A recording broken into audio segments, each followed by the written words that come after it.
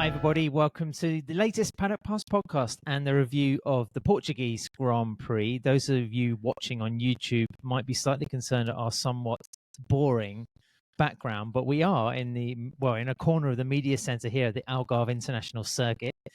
Adam, Neil, David, as usual, the threesome, the wolf pack, gathered together for the first time since the Misano Grand Prix, I think we established, Neil. And the preview show during the week, as well as our note shows, which we've been quite prolific with, lengthy shows every day this week. Absolutely. Patreon.com/Paddock Pass podcast if you're not already subscribed. And one of the interesting things of this weekend was seeing the journalists that weren't on the flyaway tour get their teeth stuck into some of the debriefs that we had. You could certainly see the ones that were excited and the ones were somewhat fatigued. I'm looking to the gentleman to my right. But yeah, great to have you back, Dave.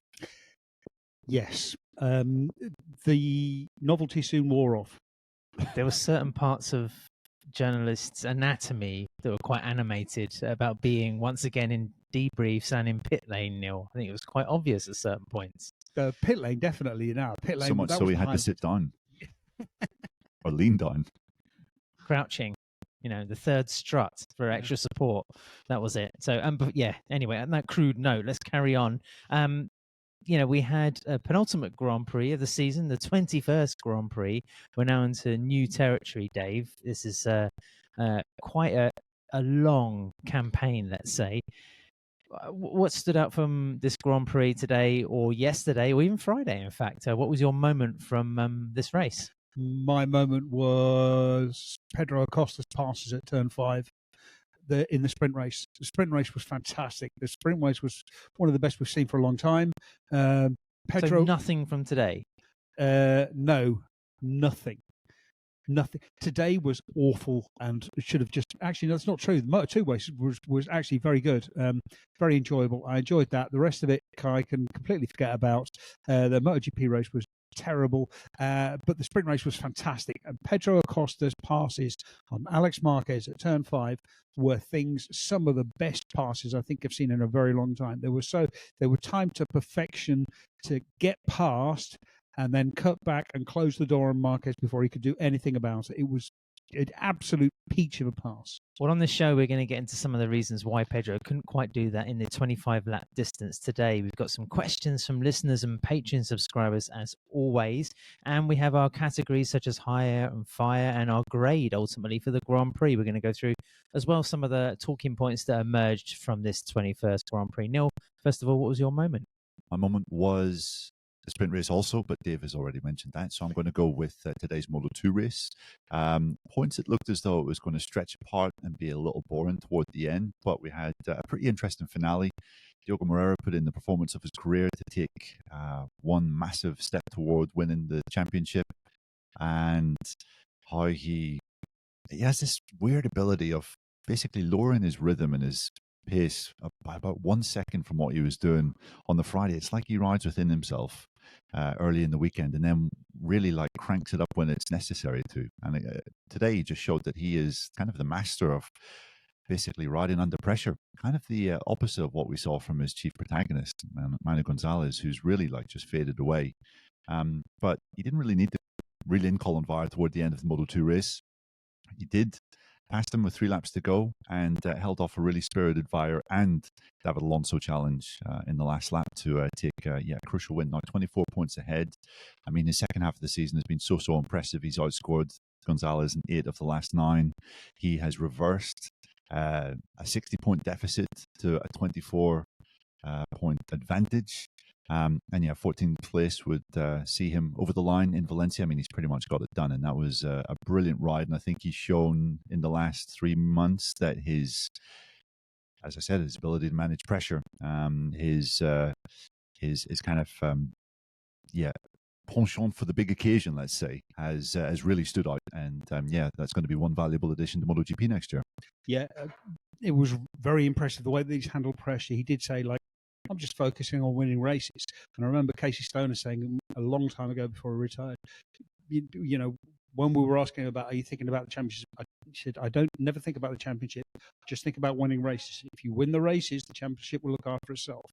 Diego Moreira said pretty much the same thing. What was interesting, I was chatting to Colin Vire after his first podium. Again, you were chatting to him, hugging him? No. I was just chatting to him. We're not friends with riders. That's not how journalism works. But we were just having a chat to him, and he was talking about Diogo Moreira, and he said, Moreira is really good under pressure, and he was, talking about Moreira going to MotoGP. He said he was ready to go to MotoGP at the beginning of this year.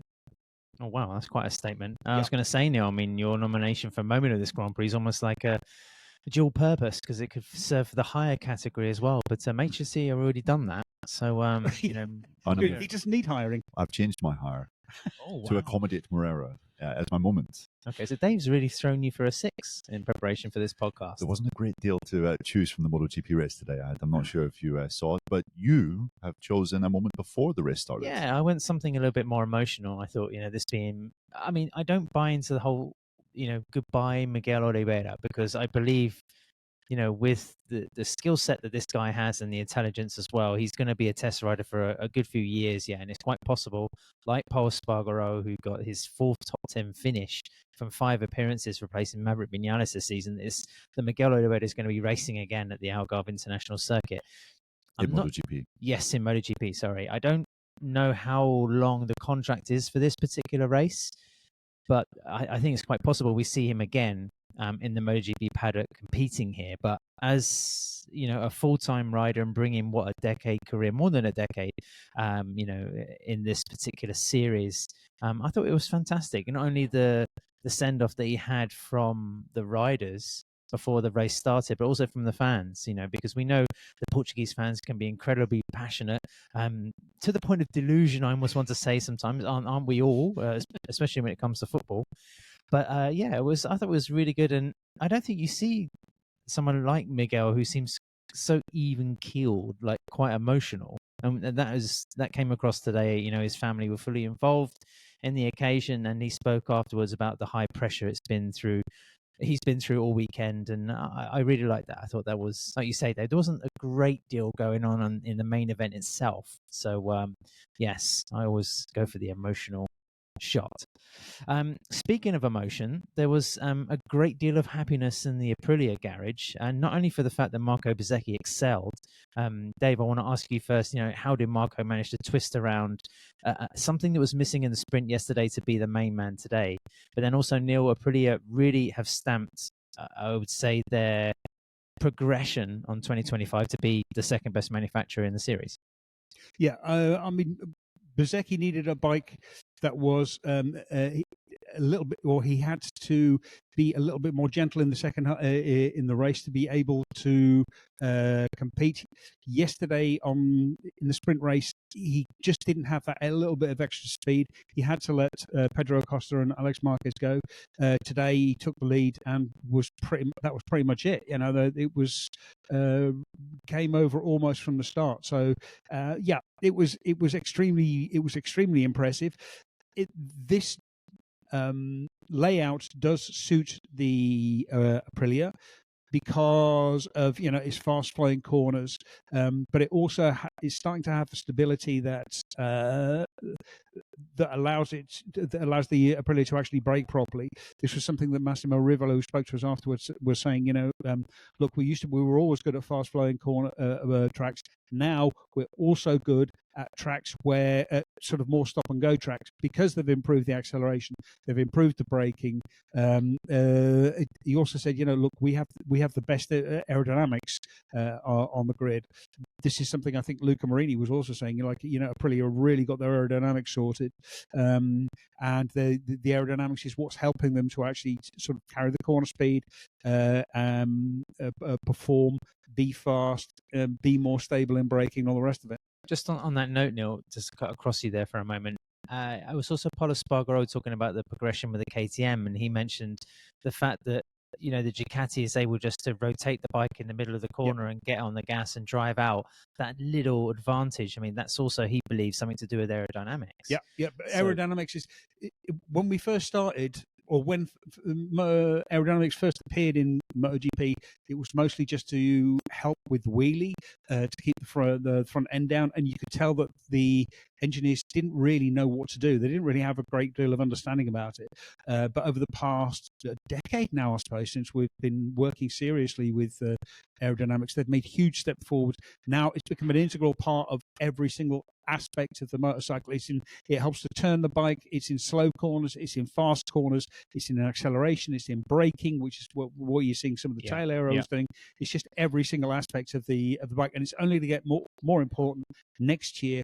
Or next year, 2027, with the new regulations, when despite the fact that we are narrowing, there's going to be less room profile, for error. The error profile is going to be less. It's still going to be more important because we're losing the ride-height devices, and the factories are going to have to find a different way to achieve what they were achieving with the ride-height devices. No, it's another win for Bezzecchi. It's the third for Aprilia with two different riders, and Iagura, having a good result today. I think he finished 7th. That's pretty good going, really, for like a rookie can get on an Aprilia and make an impression all the way back to Thailand for the Japanese. Aprilia are ticking the boxes. Yeah, they are, absolutely. And despite having a little blip in Sepang last time out, which wasn't, I think, as disastrous as it looked on paper, they've been really consistent in the second half of this year, especially with Bezzecchi at the helm. And Rivola was saying today that it's just been kind of a hallmark of them throughout this season, that it usually takes them a full day to get up to speed, because obviously the bike is quite significantly different compared to last year. Bezzecchi is still understanding what this bike needs when he shows up to a track, and takes them maybe a full day to really get in the zone. And he felt that was the reason why we saw such a significant change from Saturday, when he just wasn't quite able to finish ahead of Alex or Pedro, to Sunday. And yeah, you looked at some of the times from this morning, for example, in warm-up.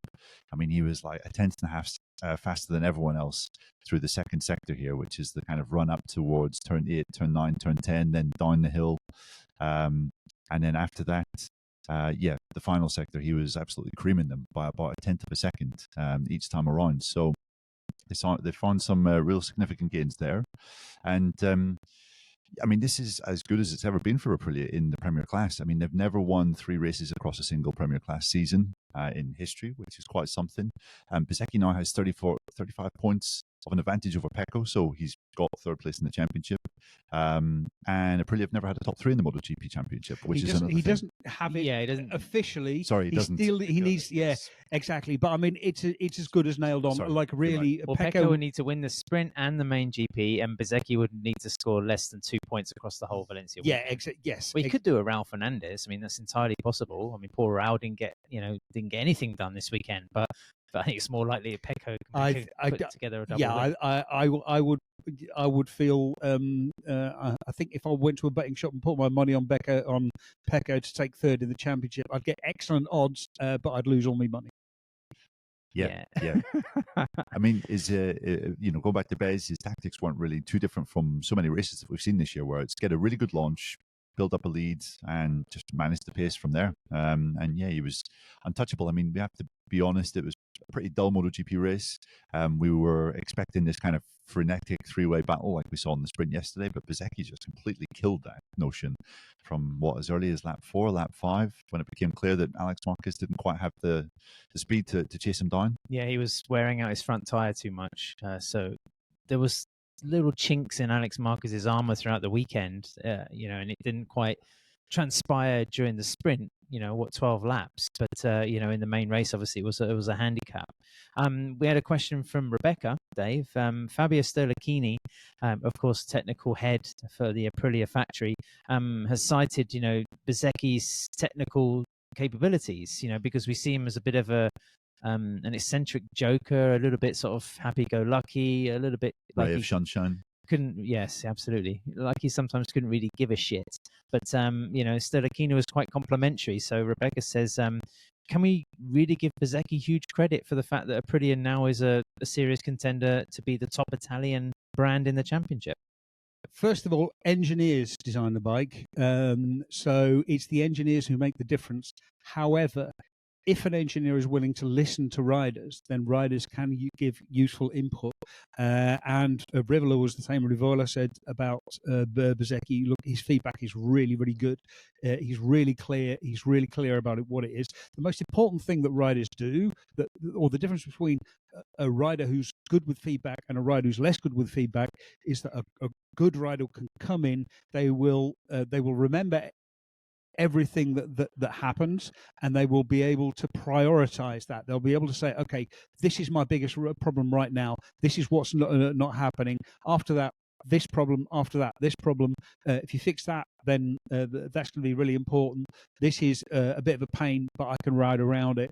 And it's being able to, first of all, explain very clearly and very simply what is going on, and then secondly, prioritize what's going to make the biggest difference. Yeah, and I think doing that succinctly is also a massive thing. From what I've heard in certain manufacturer debriefs, technical meetings, the less words you use, the better it is for the engineers, the easier it is for them to understand. So obviously you have to be very, very precise with as few words as possible. And obviously we don't know what Bezzecchi's like in those meetings, but judging by some of his dealings with us, I can see him being quite curt and direct and to the point. So yeah, I think that's maybe a factor as well. Yeah, we're doing him a disservice by saying he doesn't want to play the PR journalism game. Maybe that's just him, But I know if I was his engineer, I'd be wearing a little thin with me. But there we go. That's just my opinion. But I mean, I also wonder, because he is Italian. I mean, his English is very good, but he's much more concise in Italian. He's very precise in Italian. He seems to speak more fluently. I think it's easier for him to be able to speak to the engineers in Italian, and that can make a real difference as well. We have a question from TV Room Raccoon. Who is the fourth best rider in the world in MotoGP? I guess she means. I think this is pretty relevant, and also, how do we rate Marco Bezzecchi right now? I think this is probably a reference to the discussion we were having yesterday on our Paddock Note show, in which we were talking about Pedro Acosta, Fabio Quartararo probably being the second and third best riders in the world behind Marc Marquez, obviously the number one as it stands. And if we follow that train of thought, I think, I would agree with that summary.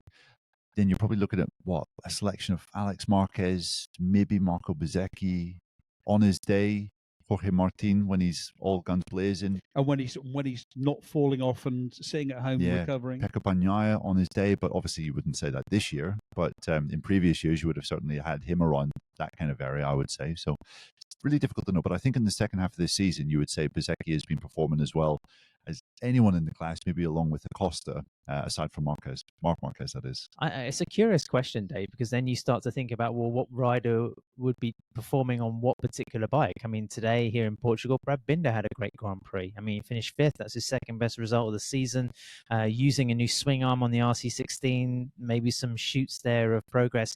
Of course, he was clattered and lost his rear aero, which affected him, but he still managed to make a decent pace. Is this you arguing that Brad Binder's the fourth best rider in the world here? Not the fourth best, but he has to be included in the group. But I don't think Does we he? can look. Does yes, he? Of course we do. No, he doesn't. Yeah, and also Pecco Bagnaia is clear. I mean, you cannot ignore a double world champion like that. Oh yes, you can. I'd like to put Bagnaia on a Honda or a Yamaha, and see how he's able to help that project as well as perform. I don't think this year is the year to be making that case, but I would say in previous years, yeah, for sure you would have him in the conversation. I think you can, because the only way that you can tell how good a rider is by comparing them to other riders on exactly the same bike. So Pecco Bagnaia versus Marc Marquez, the winner is very, very clear. Pecco Bagnaia, the only other person on that same bike is Fabio Di Giannantonio, and Bagnaia is clearly outperforming Di Giannantonio. He's finishing ahead of him almost everywhere. We have Is he? short. No, he's not. Look at DNFs now. Championship. Yeah, but Indonesia. I mean, it's not everywhere. Indonesia, Phillip Island. All right. It's a selection of races this year. Anyway, we digress. But he's still completely outscored Di Giannantonio. I mean, like Di Giannantonio, I don't have the points off the top of my head, but I have a feeling he's at least 50 points ahead of. Also, we have incredibly short memories because previous to 2023, where he was kind of, well, I know he seems to have reverted to being a rider whenever he falls off, he breaks something. But Jorge Martinez performed miracles in MotoGP. Yeah, And yes, exactly. Again, I do love this question because it is so difficult. Because I mean, like Jorge Martin, is he the fourth best rider in the world? Last year, you could talk about he would be in the conversation for who's the best rider in the world. This year, we have got absolutely no idea because he hasn't actually raced much. He kept on falling off and hurting himself, sometimes not even through his own fault. It's just really, it's really difficult. I think Marco Bezzecchi is definitely in the conversation. I do think Bagnaia is in the conversation, but I'm not sure. And Alex Marquez, you have to admire his consistency. He has been very, very strong, but he is also on the best bike on the grid. Just lastly, on Aprilia, I want to give them credit because I think my views on Marco Bezzecchi and his media engagement is slightly lacking, in my opinion. But then, the team and the manufacturer do like to put Massimo Ribola very accessible to us to be able to ask questions. And the Italian was interesting today because he said some of the ways in which Aprilia have made progressions. Like they have an engineering department now that's mixed up from youngsters from university, from experienced engineers that have been in Nawali a long time, as well as people coming in from Formula One, and that kind of chemistry. Like Ducati Corsa, when Delinia came in and had to make his changes, is finally bearing fruit. I think it's fascinating to see what Aprilia, conjure up for 2026, and also can they really take the fight to their countrymen? Yeah. And just to finish this little topic, 59% of our patrons voted for Marco Bezzecchi as the rider of the GP. Deservedly so. 15. That's not like a clear win, really, is it? I mean, that's only just over half. Was there anybody else that came close for the vote? Pedro Acosta. Nearer 2/3 than half. Okay, I'm not going to argue with the mathematics with you, Dave. I trust you I'll implicitly get on the that spreadsheet out one. and show you. Oh God, right. Okay, let's move on. Let's talk about Pedro Acosta then, because we were singing his praises coming into this Grand Prix, and a double for him again, finishing 2 top 3 results on both days. And I thought he had curbed some of that cynicism, I thought, today. He actually looked happy with the result, as if, he couldn't really do any more. He said he suffered grip in the early stages of the race. He lost the distance to Bezzecchi and Alex Marquez. And although he was able to rally a little bit more as Marquez struggled in the final few laps, it wasn't quite enough. He said he needed one more lap to make a bid for second place. But Acosta Nil just still missing that win. Yeah, still missing the win. I think he was saying after the race and in the press conference afterwards that he's been having some quite close conversations with Danny Pedrosa over the last couple of days, especially on Saturday. And he said that Pedrosa's been very, very good at giving him a different perspective of what his performances are. I think from Acosta's point of view, it's all about, I need that win. And there's a sense of almost desperation there. But I think Pedrosa is also providing him with another kind of perspective, which is saying, I think you're doing a pretty good job, and just try to keep this consistency going. Don't try to chuck it down the road to, basically give it a kind of podium or straw bales perspective. It's like, just keep this consistency going, and then hopefully with a bit of a jump from KTM next year, you'll be up there on a plane with the top guys with Ducati. But yeah, lots to admire this weekend. I mean, very similar to what we've been saying about Pedro over the last couple of Grand Prix weekends. Dave mentioned it earlier, amazing performance in the sprint, absolutely insane. Some of the Spanish journalists that were sitting around us in the media center yesterday were making the valid comparison of Laguna 2008 with what Valentino Rossi was able to do to stem Casey Stoner's superiority, just kind of defensive riding masterclass. And Pedro was able to do that for big chunks of the sprint. His moves on Marquez whenever he attacked were absolutely sensational.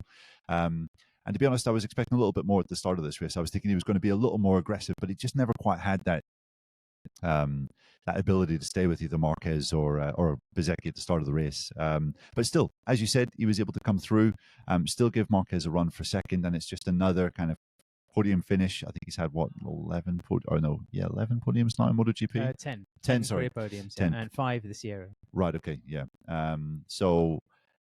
Still, he's put together a really strong second half of the season, and he could yet take fourth in the championship from Bagnaia at the final round. Aki Ayo, Dave, kind of overseeing the project. I mean, his official title is Red Bull KTM team manager, but he's more than that. He's looking over all 4 factory bikes. He's had this mantra that KTM are being on a positive trajectory all the way through the season. Yes, they've had little setbacks, but they're still making incremental progress as they go along. Listening to Paul Spargaro, the official test rider, him talking about Pedro Acosta's technique, the way that he leans excessively off the bike and is using, both sets of limbs to achieve that rotation effect that he was talking about. It seems like KTM are doing things in quite a smart way, even though the results are not coming, because Binder again made progress. Enea Bastianini fulfilled his weekly formula of being poor on Friday, missing qualifying, starting from the back of the grid, but then having pace finally in the race. He believed he could have made the top 5 today if he hadn't been clattered by Franco Morbidelli. I'm sure we'll talk about Franco in a moment. But there are signs there that KTM are close. And hearing Paul say that he was testing in Jerez before this Grand Prix, that there's things coming, promising things that he says that KTM are going to make a step. I mean, we're lauding Aprilia, but maybe the Austrians are going to be a little bit more in the mix. Yeah, I mean, Paulo Spargaro said that he's got something in the, he'll be testing something at the Valencia test, which is almost certainly aero. He says where the Ducatis have the advantage is this ability to pivot in the middle of the corner. They get to the apex and they can turn that a little bit quicker, which means they can pick the bike up that little bit much more quicker, which means they can accelerate that a little bit harder. And that is where the real difference comes. The real difference comes because you're starting off faster. It's a little bit like, although in a completely different way, it's a little bit like Yamaha's advantage, where because they can carry more corner speed, they can actually they're exiting the corner faster. And Ducati are doing it sort of in a much more tighter V. This is where KTM hopes to make the difference, and this is where if they can do that, that will be one of their biggest disadvantages. Because the other thing is, the earlier you can pick it up, the earlier you're on the fatter part of the tyre and the less tyre you use. Neil, just to finish the KTM subject, let's take an umbrella perspective, if you like, an overview. They have one of the best riders in the championship under contract for 2026. They need to prove something quite quickly and obviously make him a quite tasty offer to keep him in Red Bull KTM colours.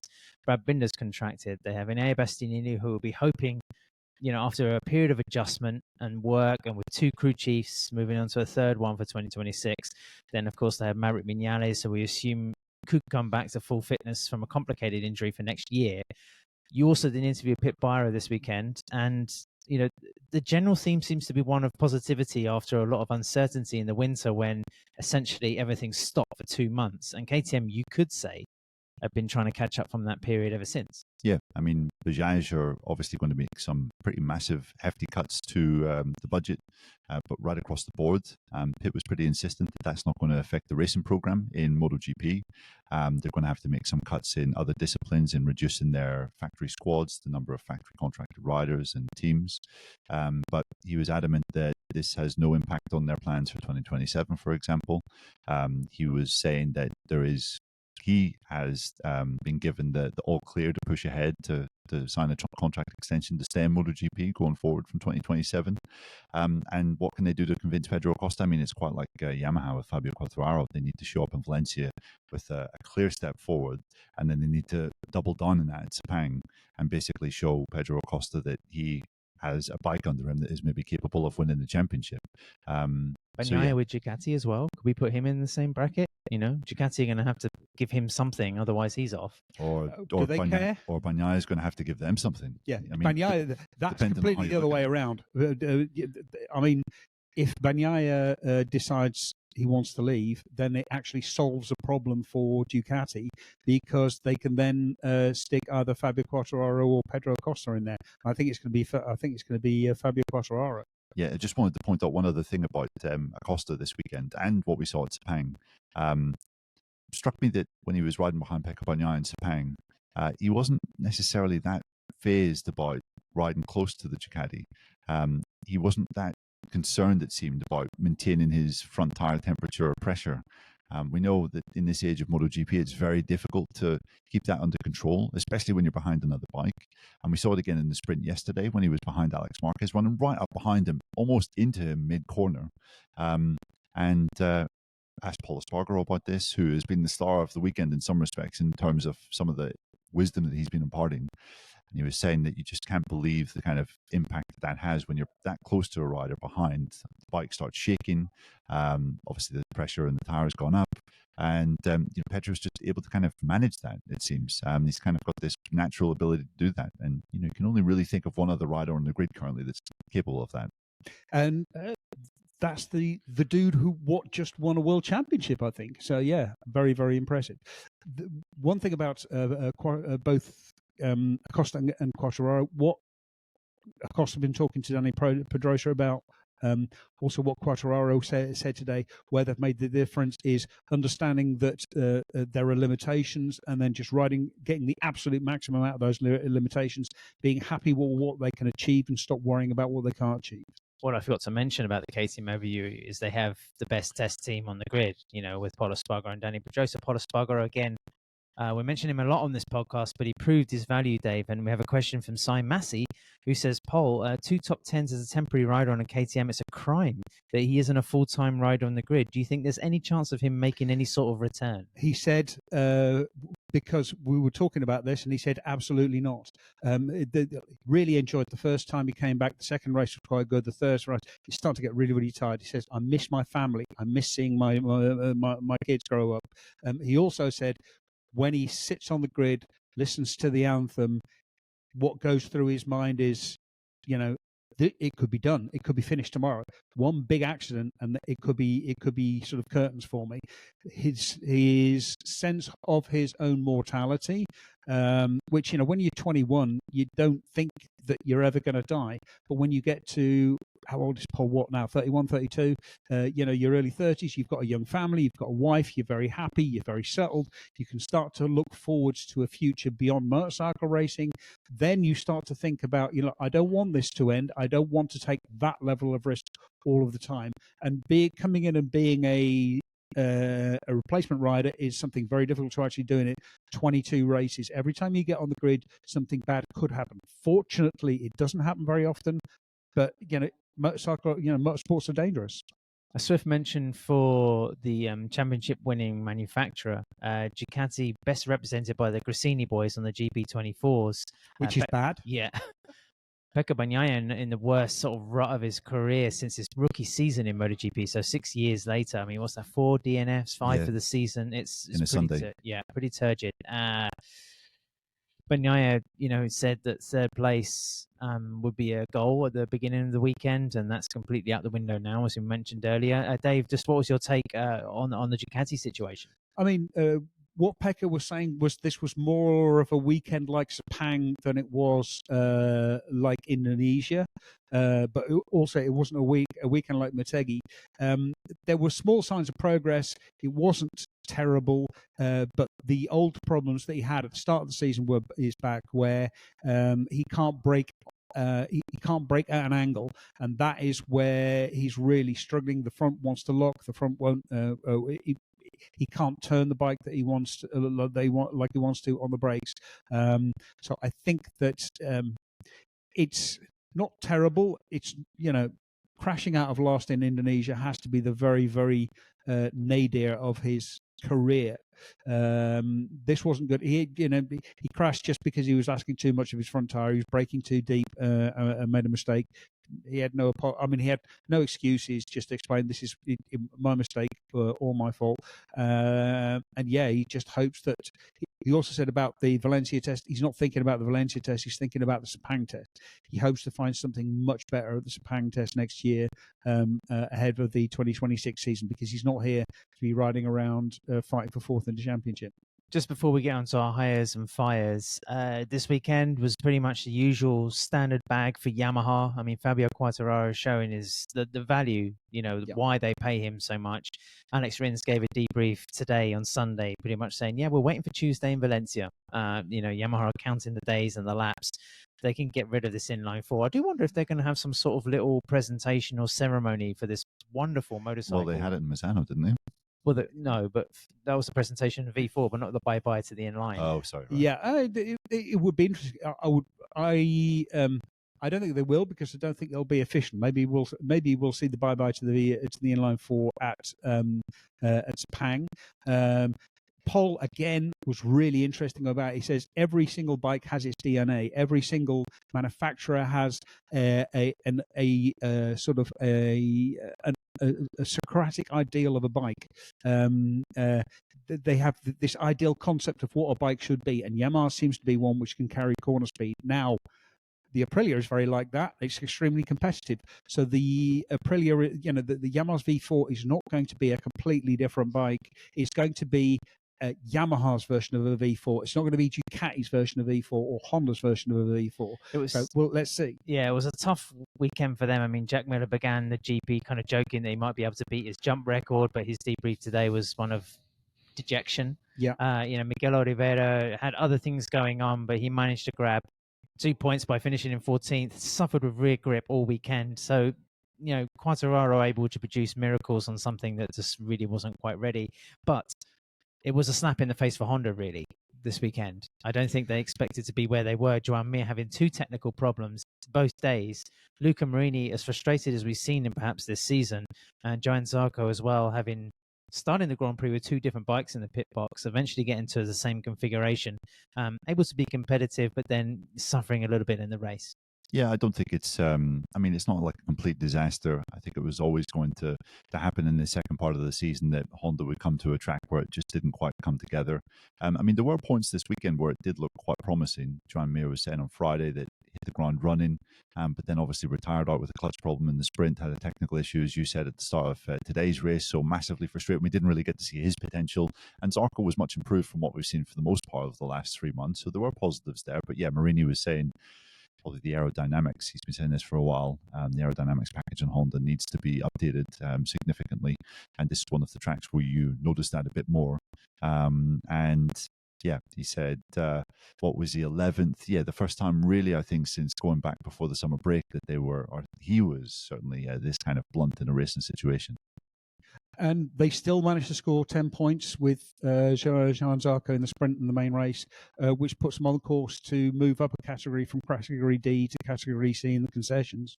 We had a question actually from Paul McMullen about that, saying, why would Honda want to lose concessions? Can they choose to? They can't choose to. Can they choose to? No, I think they have no choice, because if they move up, it's automatic. But why would they want to? Basically, firstly, it's a sign, it's confirmation that they are making real progress. They lose the chance to update their engine through a season by moving from D to C. But Luca Marini says that their engine for 26 is already pretty much set. So that doesn't need a crazy amount of work. It also means that the full-time MotoGP riders can test through the season.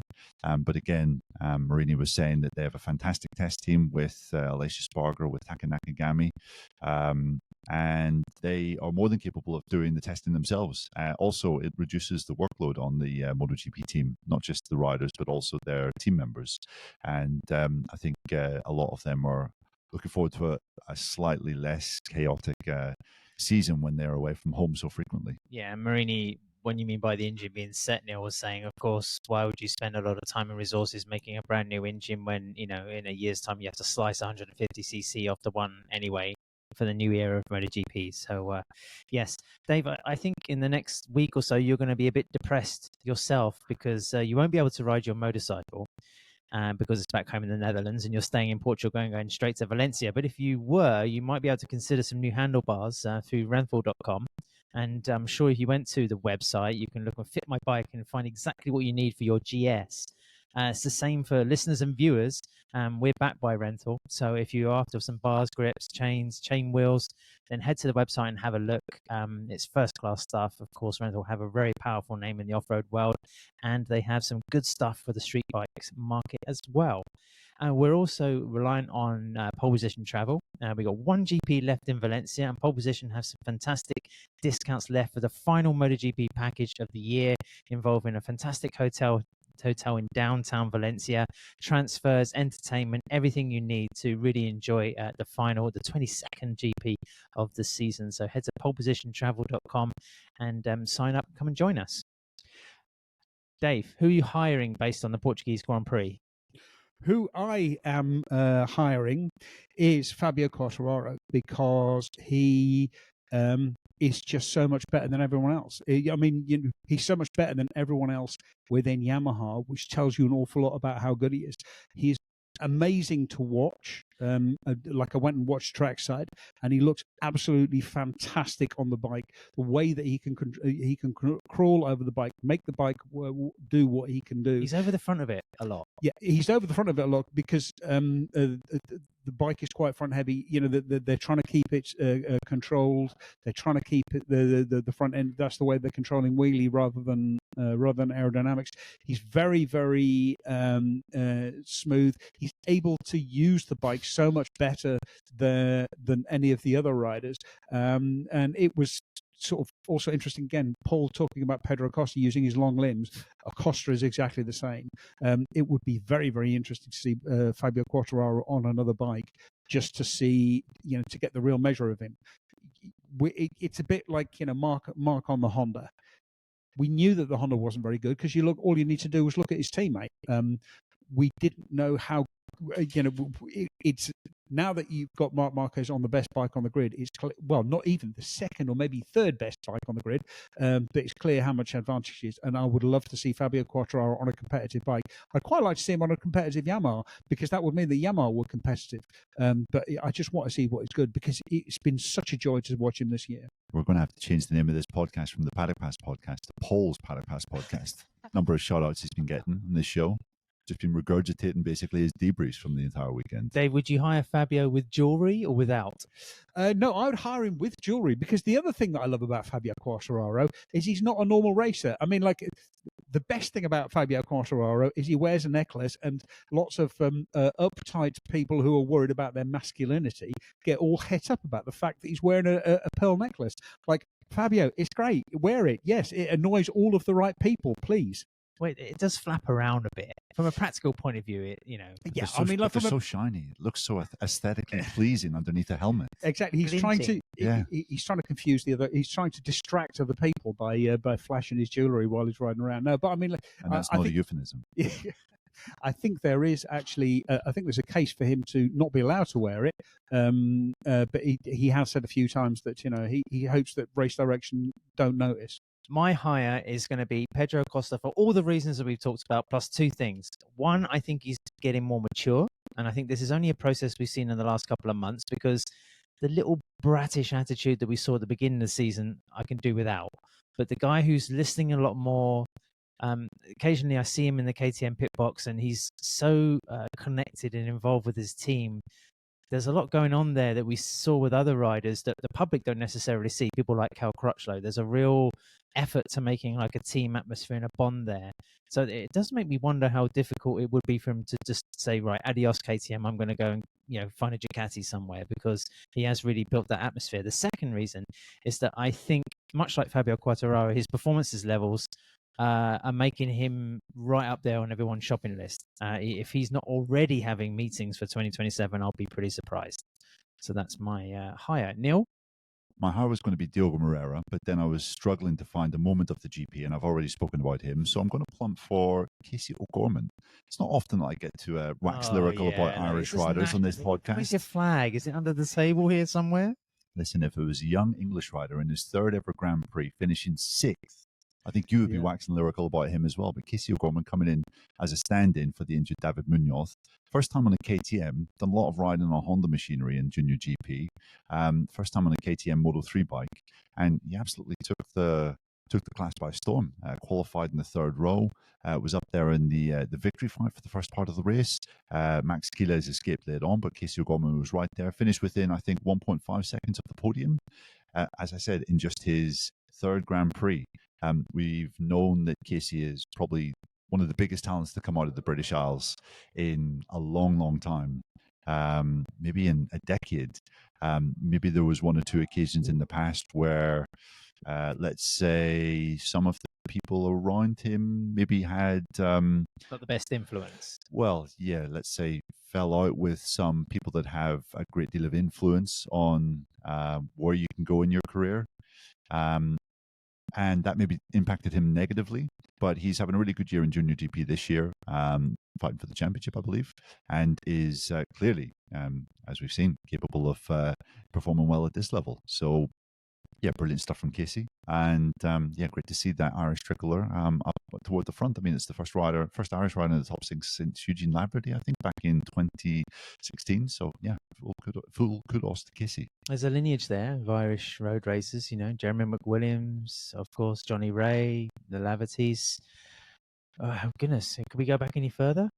Yeah. I mean, how long have you got? We've got Joey Dunlop. No, I mean, like kind of short circuits. Yeah, but he's got a point in the 500cc race before. I want to say Eddie Laycock. Was he Irish? He was Irish indeed. Yeah. Ex 500cc racer. Got, Ralph Bryans, Tommy Robb. Had very successful Grand Prix careers going way back. Yeah. Goodness. Pressure's on Casey, especially with a name like Tom that. Heron, of course, as well. Yeah. Yes, yeah. Got to mention him. Dave, who would you dispatch? I would dispatch. This actually fits quite nicely with Neil's point of Casey O'Gorman, because I had absolutely no interest in the Moto3 race because I am so tired of racing. Whoever decided that 22 races was a good idea needs to be taken outside and given a stiff talking to. Because I love racing. I mean, I gave up a very good paying job to scratch a living in the paddock, and it's just too much. There's no time. Like 22 races means I don't have time to go to a World Superbike round. I'd love to go to a World Superbike round. I'd love to go to an MXGP round. Like now, I just want to lay down and die. So whoever, I realise we have 22 races because it generates more income, but it doesn't generate enough income for me to. Can you ever have too much of a good thing? Yes. Right. I think we can just record this segment, and Dave, anytime we have a fire category, we can just press the tip. Or we can put it for 2026, 2027. Exactly. At least we're not going to have 25 races, because there was at one point talk about expanding the calendar further. That idea seems to be dead, which is Formula great. 1 isn't even at 25 yet.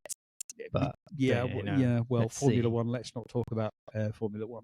Fair enough. I'm going to go next on my fire, and it's based on this very curious little moment of the race where Lucio Cecchinello, the sort of team principal, team owner of LCR Honda, wandered to the pit wall and kind of made this shooing gesture to Johann Zarco as if to say, I can't remember which rider was ahead of him, but you can catch him, but also you're in danger of being caught. And I thought, why are we in 2025 and someone has to go to the pit wall and make this come on gesture? Oh, I mean, God, you're opening a can of worms here. No, there has to be a form of technology or a way to alert or a way to communicate with riders to be able to relay this information and not just be on the wall like waving your arm around. I'm sorry, that has to come. No, it doesn't, because radios would be shit, because riders are supposed to ride. It's up to them to watch that. It's up to them. They get messages on their dash telling them who's ahead, who's behind, whatever's important. But maybe they've got a pit board. The display can't say, get a fucking move on, Johan. And it's one of my favourite things in racing. Like, the technicians and the team bosses really think that them waving at a rider from a pit wall is going to make them speed up. Oh, right, yeah, sorry, I was just chilling on this thing. Yeah, all right, just checking my phone. Yeah, I was on 90%. Now I'm going to ramp it up to about 110 now that I've seen Lucio giving me the fist on the pit wall. Well, Cal Crutchlow famously said, the last person who'd want to hear over the radio would be Lucio during the race. But still, he should have the means to be able to do that, because we are in a technically advanced sport. No. There you go. No. So I would fire stick in the muds like you, Dave. That's it. Neil, who would you, cast down? Is it clear that we've spent 21 weekends together? Yeah, I think it is becoming clearer by the minute. I vote for fire is twofold. Firstly, I would like to mention Franco Morbidelli. I mean, you mentioned that Ducati's saviour this weekend were the two riders on the GP24, Alex Marquez, Fermin Aldeguer, second and fourth. Both had very good weekends, very good rides on Sunday. Franco Morbidelli, by comparison, was completely anonymous, 15th in the sprint, pretty reckless in the main race. You could say he was slightly unfortunate to get taken out down at turn 5, but actually when you spoke to some of the riders that were involved in that melee, said that he was going in way too optimistically, way too aggressively, and he eventually, he pretty much ruined Danea Bastianini's race by tagging him and forcing him into the pits to change aspect of his fairing. So yeah, the results were poor, and just Frankie being just a bit too keen once again at the start of the race. And I'm also going to give a quick mention to the Algarve International Circuit. Now, we know that this is a cool track, great layout, very spectacular, wonderful images that we see throughout the weekend, but the facility itself has been shoddy. and lacking in the extreme this weekend. I mean, apparently all the hospitalities didn't have electricity on Thursday evening, and we're somewhat... My power supply started smoking. It started smoking. Oh, I had to go and buy a new one because it had pretty much caught fire. Yeah, our broadcast here is just cut out while we're midway through the podcast. We had an electric outage. The Wi-Fi went down as well.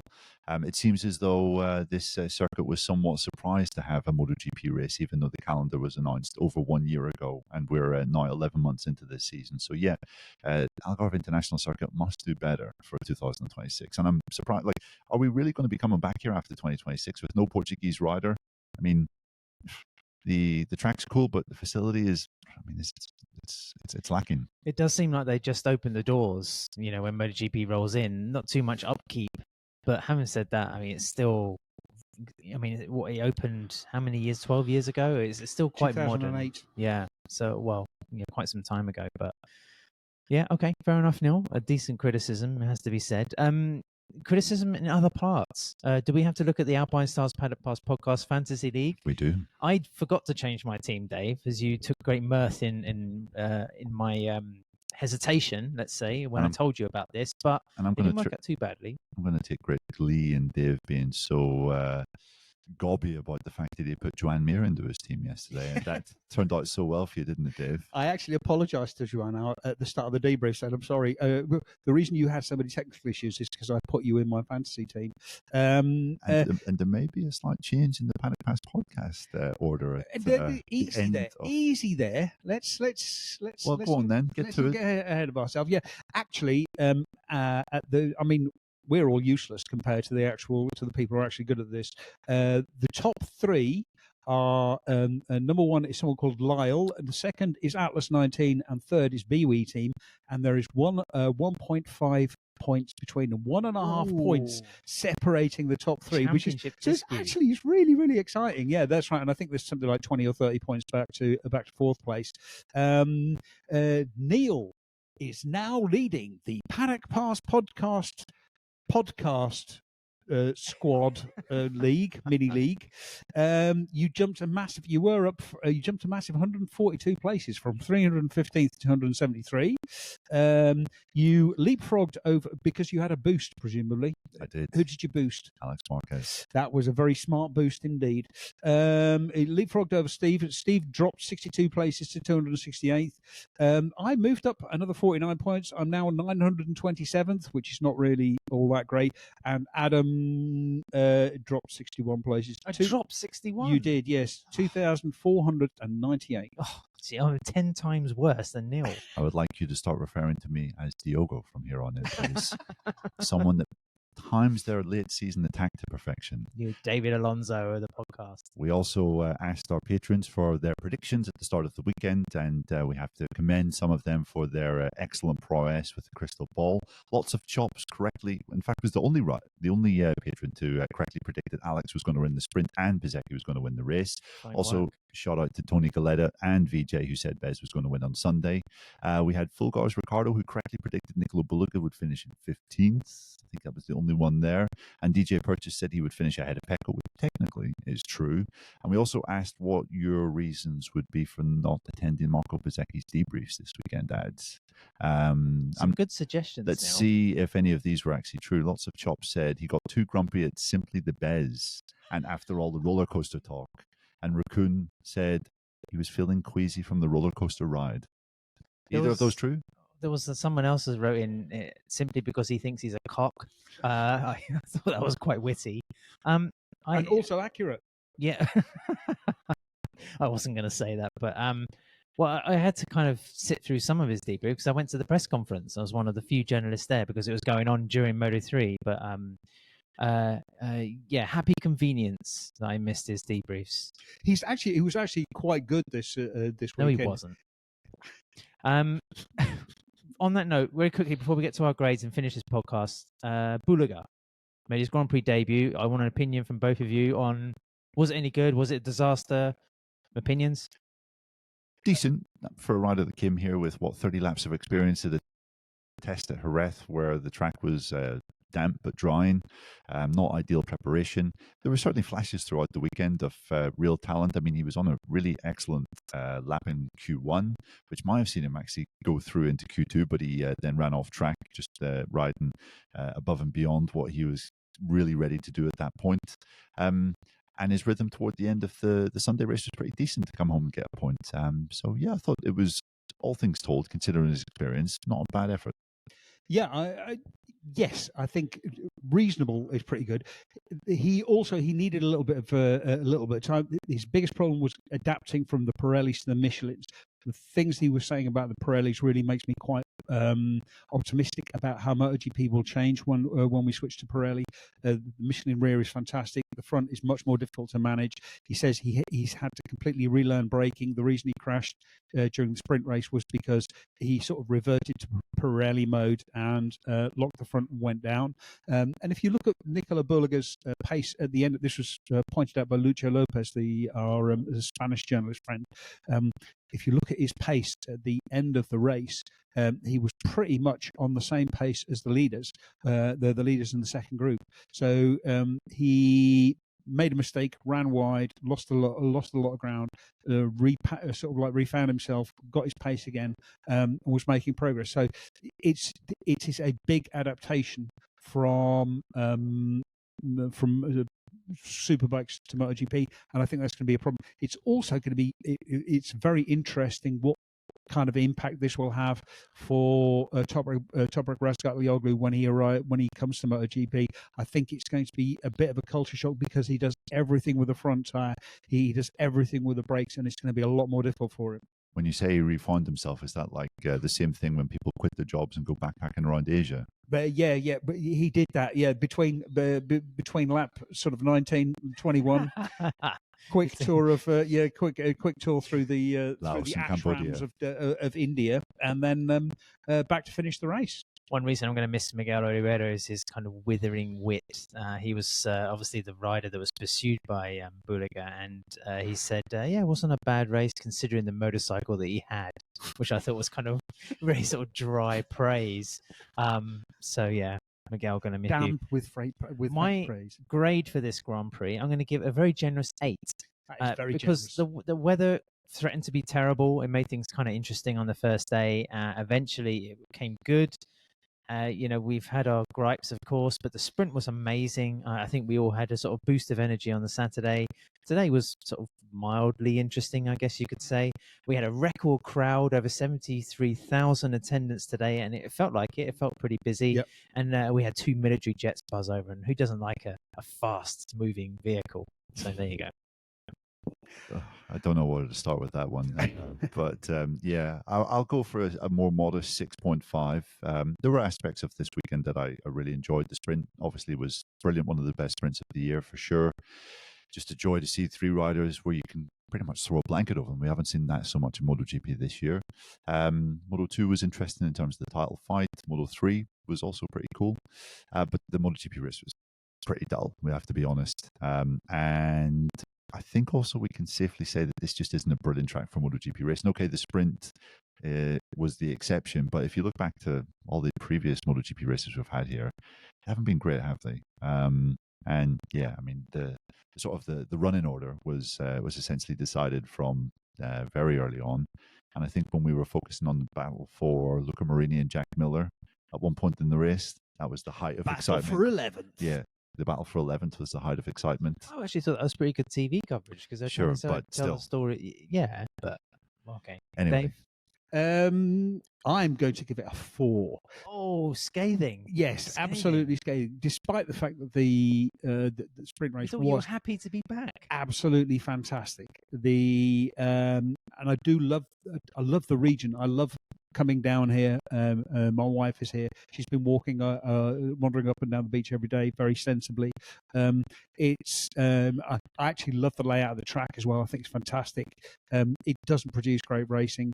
It is slightly annoying that the charger for my laptop caught fire. But fortunately, there's a large supermarket for me to buy a different charger. So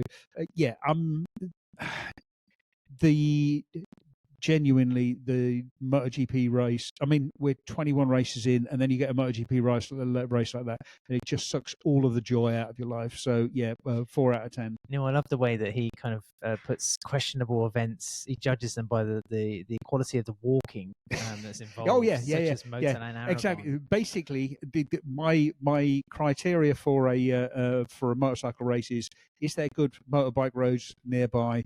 Is there good hiking nearby? And is the food decent? And are there not many people on the roads? Yes, exactly. In fact, preferably, are there not many people around anywhere?